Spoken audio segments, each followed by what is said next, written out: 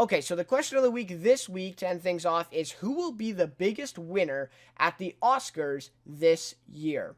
And so again, right, really open question. I was even thinking going into this one, I'm like, well, the fans, right? The fans, the Oscars, the biggest winner. So for sure, that could be your choice for this one as well. But for me, I'm looking at this from a little bit more of a kind of a technical standpoint, and I'm going to go with, of course, you got one of the nominees. So for me, the biggest winner at the Oscars this year, and we saw that Guillermo del Toro was a pretty big winner with Shape of Water last year. I believe he took home director and best picture, right?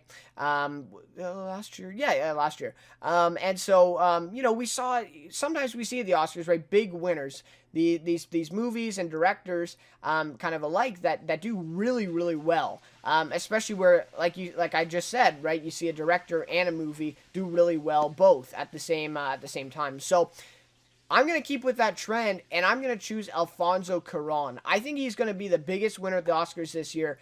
First of all, because he directed, he wrote, he did a cinematography too for Roma. And then, of course, Roma was nominated for Best Picture. I think he has 5 awards this Oscars because him and Bradley Cooper had this thing at the BAFTAs where they both got, I think it was 5 or 6 awards each, and that was a record that they both set. And so at the Oscars, I'm pretty sure Alfonso Cuarón, and he was a producer too. So I think he has 5 categories that he's nominated in that he's a chance to. And so just due to that, I think he will be the biggest winner at the end of the day. And Roma taking home Best Picture, I think, is extremely likely right now. I think it's between A Star is Born, Green Book, and Roma.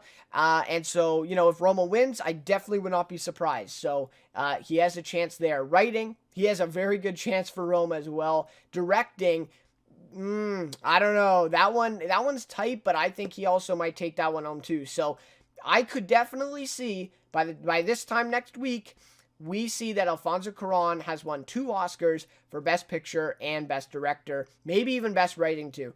Roma may actually just clean house here in this Oscars, but I'm not sure, right? That's again going back to I don't have a for sure in any really category this year because a lot of it is up for grabs. A lot of it is, really going to be contended for.